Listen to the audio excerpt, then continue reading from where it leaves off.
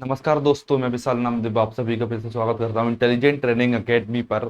जैसा कि आप सभी जो जानते हो, अभी तक हम पढ़ रहे थे हमारा एनडीए का बैच, जिसमें हमारा फर्स्ट चैप्टर चल रहा था सेट थ्योरी। सेट थ्योरी में आज हम अपने क्वेश्चन प्रैक्टिस देखने वाले हैं। ठीक है, क्वेश्चन प्रैक्टिस मतलब अभी तक जो भी हमारे कॉन्सेप्ट बनते हैं, हमारे जो एनडीए में सेट थ्योरी रहती है, जितने भी कॉन्सेप्ट बनते हैं, ये चैप्टर बेसिकली हमारा 11th क्लास से। अगर आप 11th क्लास पढ़ रहे हैं तो आपके लिए बेनिफिशियल तो है, उसके साथ ही अगर आप एनडीए की तैयारी कर रहे हो तो भी आपके लिए ये बहुत ज़्यादा बेनिफिशियल है। जैसे कि आप जानते हो, जितने भी कॉन्सेप्ट एनडीए में जो बनते हैं बेसिकली, वो हमने सारे कवर कर लिए। और आज हम देखने वाले हैं हमारे कॉन्सेप्ट की प्रैक्टिस, मतलब जो भी हमने कॉन्सेप्ट सीखे उनका यूज क्वेश्चंस में कैसे किया जाता है, वो आज हम देखने वाले हैं। सबसे पहले आज हम बढ़ते हैं हमारे क्वेश्चंस की तरफ।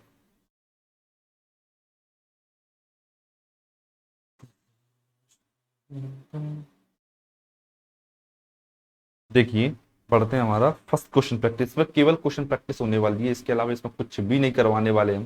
केवल इसमें क्वेश्चन प्रैक्टिस कराई जाएगी और आपको क्वेश्चन सिखाए जाएंगे, करने के तरीके बताए जाएंगे आपको। ठीक है, जैसे आप पहला तरीका देखिए कि द सेट ऑफ, ये फर्स्ट क्वेश्चन होने वाला है हमारा, the set of all, the set of intelligent students in a class. Intelligent students, इस वर्ड को मार्क कीजिए, क्योंकि जब इस सेट की डेफिनेशन से क्वेश्चन सॉल्व किए जाते हैं तो जो एक हाईलाइट्स वर्ड रहता है उसे अंडरलाइन किया जाता है और उस पर फोकस किया जाता है।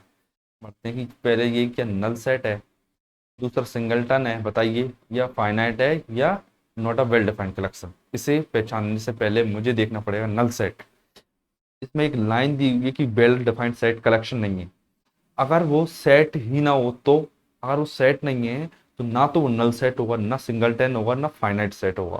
ठीक है, अगर वो सेट ही नहीं है तो अगर वो सेट हुआ फिर देखेंगे हम कि वो नल सेट है या सिंगल सेट है या फिर फाइनाइट सेट है। तो बढ़ते हैं हमारे कि आप ये बताइए कि इंटेलिजेंट स्टूडेंट, जैसे आप भी अपनी क्लास में पढ़े होंगे 11th या 12th में, तो आपने ये देखा होगा कि कोई बच्चा है जो लिखने में एक्सपर्ट है, कोई बच्चा जो याद करने में एक्सपर्ट है, कोई बच्चा ऐसा होगा जिसके नंबर ज़्यादा आते हैं। मतलब कि कहीं पर भी किसी भी वर्ड में ये क्लियर नहीं है कि इंटेलिजेंट स्टूडेंट की डेफिनेशन क्या है। मतलब अगर मुझे किसी भी वर्ड की डेफिनेशन नहीं पता तो मैं उस वर्ड को डिफाइन नहीं कर सकता, उसको सेट नहीं कह सकता। मतलब एक्चुअली में ये एक सेट ही नहीं है, मतलब it is a not well defined collection. ये हमारा राइट ऑप्शन हो जाता है, not a well defined collection. Next बढ़ते हैं कि which of the following is empty set. Empty set बताना है हमको कि which of the following is empty set. X such that x is a real number. देखिए, x square minus one equal to, तो इधर आएगा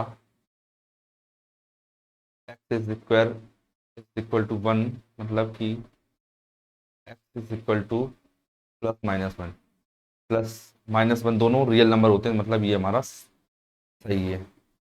एम्प्टी सेट है मतलब इसमें प्लस माइनस वन है, रियल नंबर माइनस। अब आप देखिए ये वाला, देखिए कि x is equal to x square is equal to minus. अब यहाँ इसने फंसा दिया। एम्प्टी सेट क्या है, जिसमें कोई भी एलिमेंट ही ना हो उसे हम बोलेंगे कि ये हमारा कौन सा सेट है, एम्प्टी सेट है। तो अब आप देखिए, क्या आपकी नजर में कोई ऐसा नंबर है माइनस इनफाइनाइट से लेके प्लस के इनफाइनाइट तक, क्या ऐसा कोई भी नंबर एग्जिस्ट करता है जिसका स्क्वायर करने पर आंसर हमारा क्या आए, पॉजिटिव आए? तो ऐसा होता ही नहीं है, क्योंकि आप जानते हो अगर मैं एक नेगेटिव नंबर का स्क्वायर करता हूँ, एक नेगेटिव नंबर का स्क्वायर करता हूँ तो पॉजिटिव बन जाता है। अगर मैं एक पॉजिटिव नंबर का स्क्वायर करता हूँ तो पॉजिटिव बन जाता है, मतलब कि हर नंबर स्क्वायर करने पर पॉजिटिव बन जाता है। मतलब ऐसा कोई भी नंबर एग्जिस्ट नहीं करता रियल नंबर में स्पेशली जिसका स्क्वायर करने में नेगेटिव आए। मतलब कि this is a empty set, ये हमारा एम्प्टी सेट है। ठीक, नेक्स्ट क्वेश्चन की ओर बढ़ते हैं। नेक्स्ट क्वेश्चन देखिए आप कि the set A is equal to x such that x is equal belongs to R, x is equal x square is equal to 16 and 2x is equal to 6। अब आप देखिए कि A x such that x, मतलब कि x है वो इस प्रकार है कि एक्स स्क्वायर की वैल्यू 16 है, एक्स स्क्वायर की वैल्यू 16 है। तो आप बताइए कि एक्स की वैल्यू क्या होगी? या तो एक्स प्लस फोर हो सकता है या माइनस का फोर हो सकता है। ठीक है, एंड अब उसने बोला क्या कि and x is equal to 2x is equal to 6, तो x इज इक्वल टू 3। अब आप देखिए इसने खुद ने ही कॉन्ट्रडिक्शन कर दिया क्या, कि वो कह रहा है कि एंड लगाया है बीच में, मतलब क्या बोला कि एक्स की वैल्यू प्लस माइनस 4 है, या एक्स की वैल्यू 3 है। अगर वो बीच में और वर्ड लगाता तो +4, 3 और -4, ये तीन ऑप्शन हो जाते, मतलब तीन एलिमेंट बन जाती है सेट के। लेकिन इसमें क्या किया इसने, इसने एंड लगाया, मतलब एक्स की वैल्यू 4 भी है और 3 भी है, लेकिन ये बात सत्य नहीं है। ये बात कॉन्ट्राडिक्ट करती है, क्योंकि एक्स की, वो कह रहा है कि एक्स की वैल्यू 4 है, दूसरा कह रहा है कि एक्स की वैल्यू -4 है, और तीसरा कह रहा है कि एक्स की वैल्यू 3 है। मतलब ये अपने आप में क्लियर नहीं है,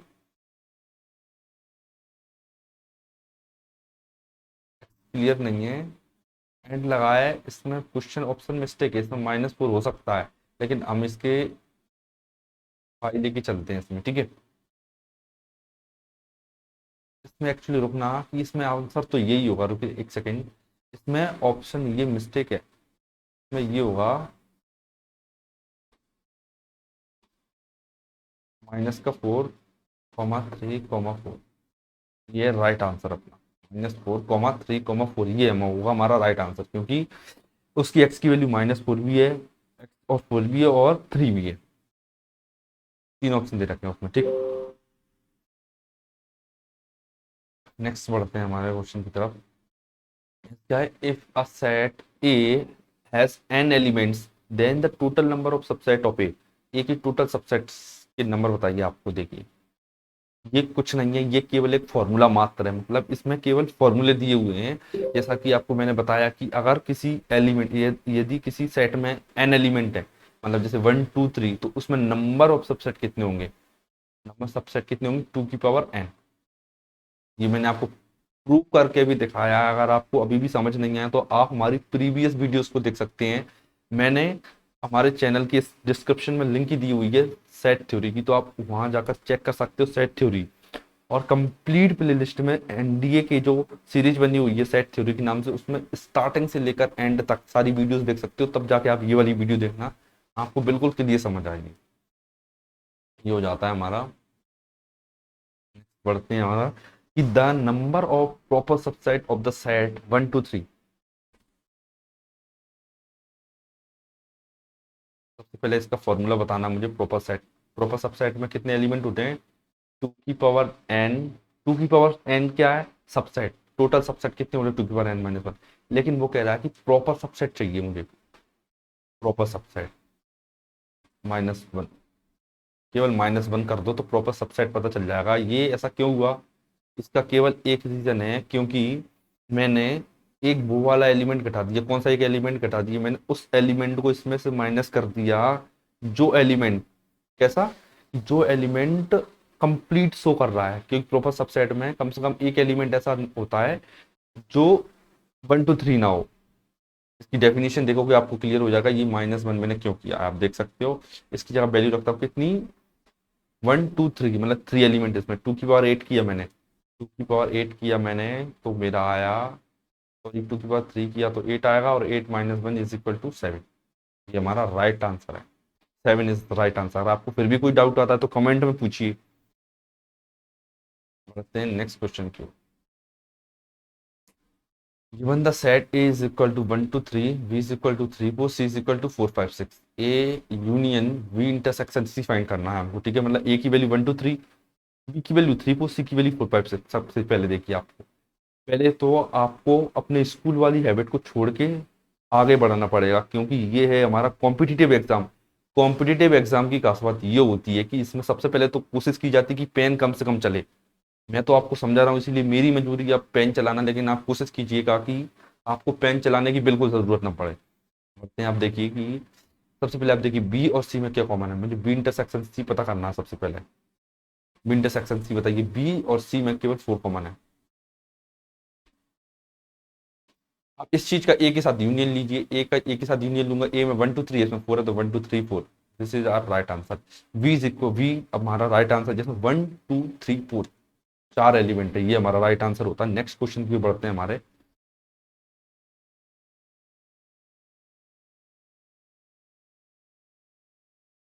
ये देखिए, if A and V are any two sets, then A union A intersection B is equal to, ये वाला क्वेश्चन हमको करके बताना। देखिए इसे मैं आपको सबसे आसान तरीके से करने का बताऊंगा, वो हमारा तरीका कौन सा, वेन डायग्राम। वेन डायग्राम सबसे इंपॉर्टेंट तरीका इस टाइप के क्वेश्चन करने का, क्योंकि इसमें आप कहीं भी कुछ भी करने की जरूरत नहीं पड़ती, केवल डायरेक्ट माइंड में इमेज बनती है कि बात क्या चल रही है। ठीक है, तो सबसे पहले तो मैं एक डायग्राम बनाता हूँ।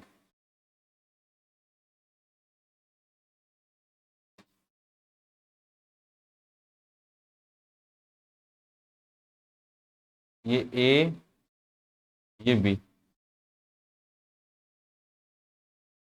ए है, ये बी हो गया। अब देखिए कि ए इंटरसेक्शन बी क्या हुआ,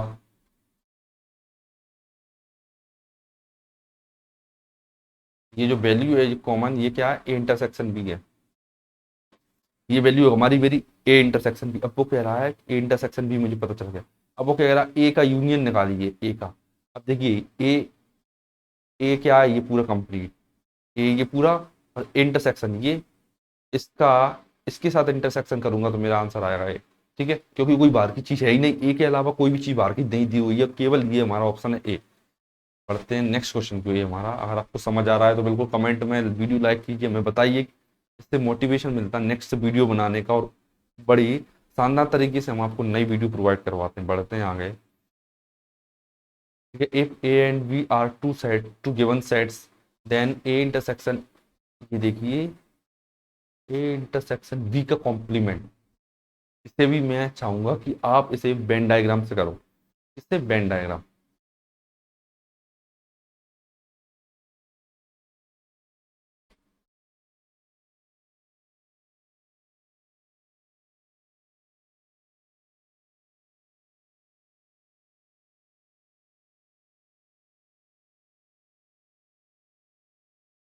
ए इंटरसेक्शन बी क्या होता है, ये वाला पार्ट आपको पता है, ये वाला पार्ट है, ये वाला पार्ट ए इंटरसेक्शन। अब ए इंटरसेक्शन बी का कॉम्प्लीमेंट क्या होगा,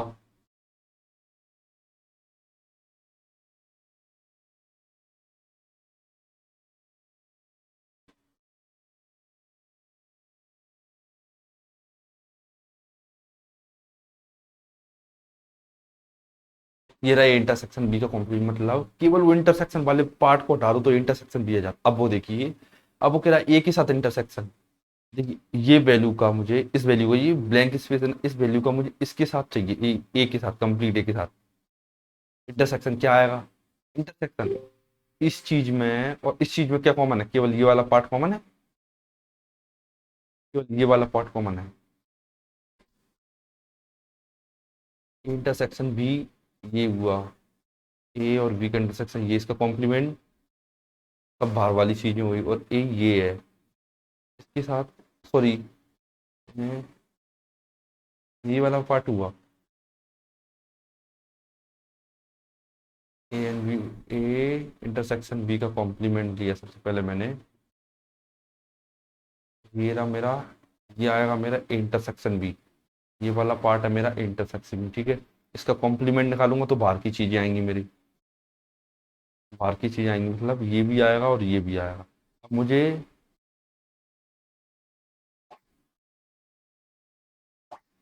एक मिनट रुकना, आपको फिर से समझाता हूँ ये वाला क्वेश्चन में,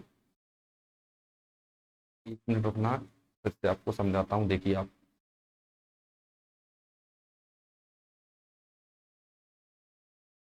ये इंटरसेक्शन भी है, इसके बाहर का हिस्सा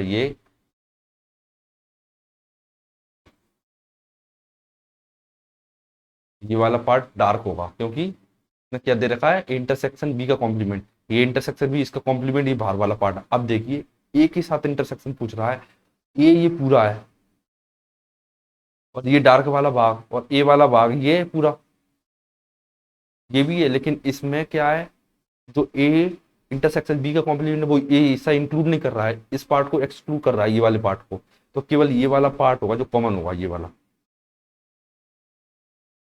पार्ट कॉमन होगा दोनों में। अगर आप समझ पा रहे हो तो बहुत अच्छी बात है, आपका बेसिक बिल्कुल क्लियर है, आप भी समझ पा रहे हो ये वाला पार्ट। अब इस वाले पार्ट को देखिए मैं कैसे रिप्रेजेंट कर सकता हूँ, इस पार्ट को मैं लिख सकता हूँ ए माइनस बी। इस बात, इस चीज की वैल्यू बता दी आपको कि ए माइनस बी होती है। अब आपको केवल ऑप्शन चेक करना है कि ए माइनस बी कहाँ दे रखा है। देखिए ये नहीं है, ये भी नहीं है, ए भी नहीं है, केवल ए ऑप्शन है, यही मेरा ए माइनस बी है। क्योंकि मैं आपको बता दूं कि ए इंटरसेक्शन बी डैश का मतलब होता है माइनस बी। अगर कभी बाई चांस आपको देखा मिल जाता है कि बी का इंटरसेक्शन ए डैश के साथ में, तो आप कह दोगे कि बी माइनस ए दे रखा है मुझे। समझे इस बात को। नेक्स्ट बढ़ते हैं हमारे नेक्स्ट क्वेश्चन की तरफ। अगर आपको ये क्वेश्चन बिल्कुल शानदार तरीके से समझ में आया, तो इसका मतलब केवल एक ही है कि आपने मेहनत की है, आपने पहले वाले क्वेश्चन स्टार्टिंग से ढंग से किए हैं, और आप अभी तक मेरे साथ बने हुए हो, और आपका बेसिक बिल्कुल क्लियर है। नेक्स्ट बढ़ते हैं हमारे क्वेश्चन की तरफ। अब आप देखिए कि A B C are any three sets A minus B intersection is equal to, इसे बताता हूँ मैं। देखिए ए माइनस बी, ठीक है।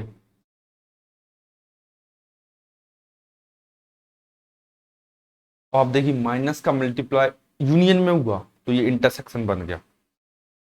ये मैंने आपको बेसिक तरीका बताया कि याद कैसे किया जाता है इन चीजों को, ये डायरेक्ट फॉर्मूले हैं, ठीक है।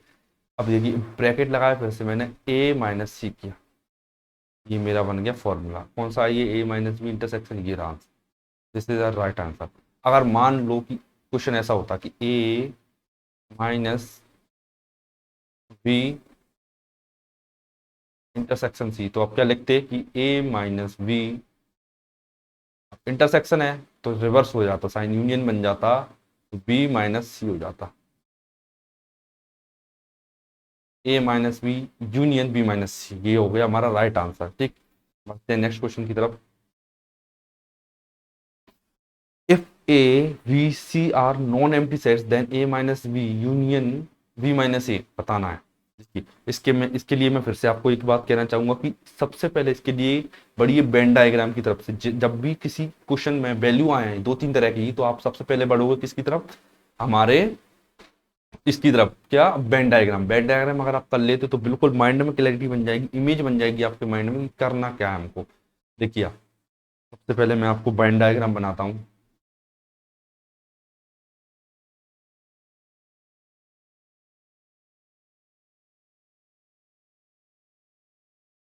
ये बन गया माइनस, कोशिश करते हैं अच्छा बन जाए थोड़ा।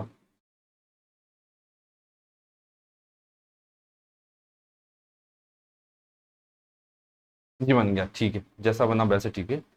ए माइनस बी, ये रहा मेरा ए माइनस बी, ये ए और बी। ए माइनस बी केवल ये वाला पार्ट होगा। आपको समझ नहीं आ रहा तो कमेंट कीजिए, बताऊंगा। वैसे भी प्रीवियस वीडियो में ये चीज़ मैंने क्लियर कर दी है। ये मेरा पार्ट होगा ए माइनस बी, ये केवल ये वाला पार्ट। फिर से क्या कह रहा है कि बी माइनस ए, ये मेरा बी माइनस ए होगा।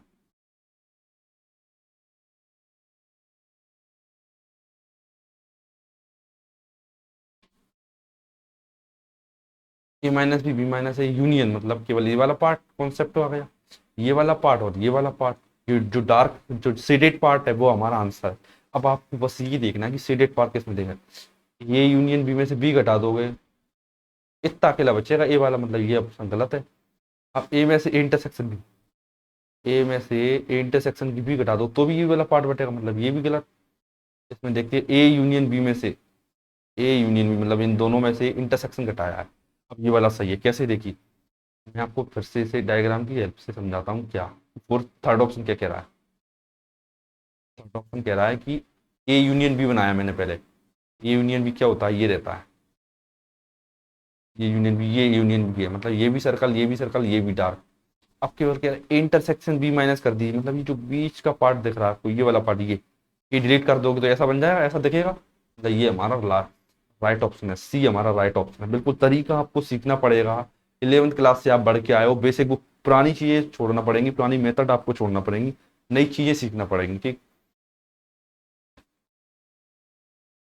नेक्स्ट देखते हैं कि if A is equal to 245, B is equal to 789, find n A cross B.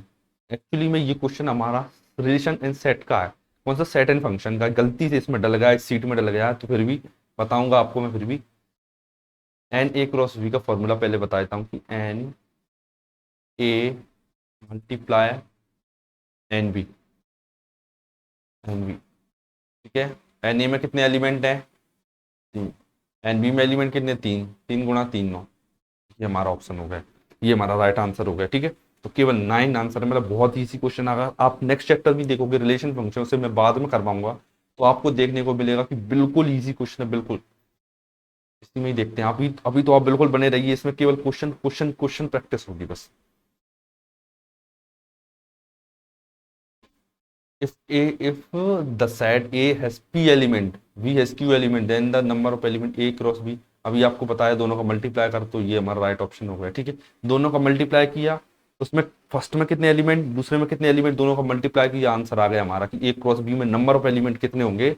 आपको ये पता चल गया, बिल्कुल इजी तरीका है, दोनों का मल्टीप्लाई कर दो। नेक्स्ट बढ़ते हैं। ठीक है, हाँ ये थोड़ा इंटरेस्टिंग क्वेश्चन है, इसमें थोड़ा डिफरेंट दिया है। आप देखिए कि इसने कहा है कि Q is a set of X, मतलब Q में केवल क्या है, X है, बाय नहीं है।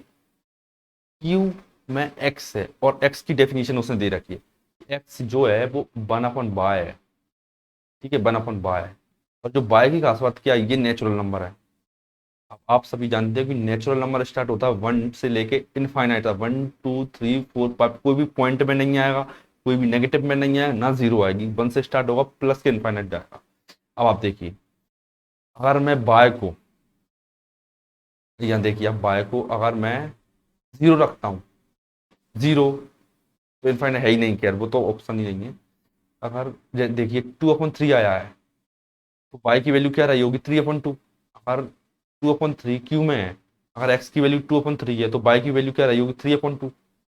बाय की वैल्यू क्या रहेगी, 3/2, जो कि नेचुरल नंबर नहीं है, मतलब कि ये वाला ऑप्शन क्रॉस हो जाता। अब देखिए 2, एक्स की वैल्यू कभी भी 2 हो सकती है, अगर एक्स की वैल्यू 2 है, तो बाय की वैल्यू होगी बाय/2, और बाय/2 नेचुरल नंबर नहीं है, मतलब ये नहीं हो सकता, तो बाय भी, ये भी नहीं हो सकता, तो जीरो तो हो ही नहीं सकता, क्योंकि अगर मुझे एक्स जीरो चाहिए तो बाय को इनफाइनाइट होना पड़ेगा। अगर मुझे एक्स जीरो चाहिए, बाय को इनफाइनाइट होने, जो कि पॉसिबल नहीं है, इनफाइनाइट नेचुरल नंबर में काउंट नहीं किया जा सकता। ठीक, केवल ऑप्शन बचता है ये जो मैंने आपको भी मेथड सिखाई, इसे बोलते हैं ऑप्शन एलिमिनेशन मेथड। मतलब कि जो ऑप्शन से, मतलब जो ऑप्शन एलिमिनेट किए जा सकते हैं, मतलब जिन्हें डिलीट किया जा सकता है, ज़्यादा से ज़्यादा हम कोशिश करेंगे कि उन्हें डिलीट किया जाए, उन्हें हटाया जाए। हमारे जो क्वेश्चन कर रहे हैं, हमारा मेन फोकस होता है क्वेश्चन पर।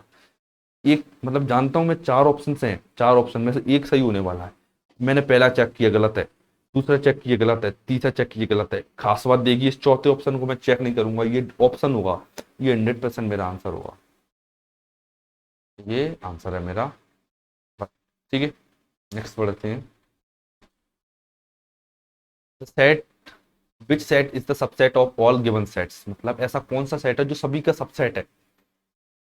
आप देखोगे कि केवल ये क्यों, this is a empty set, ये कौन सा सेट है, मेरा एम्प्टी सेट है।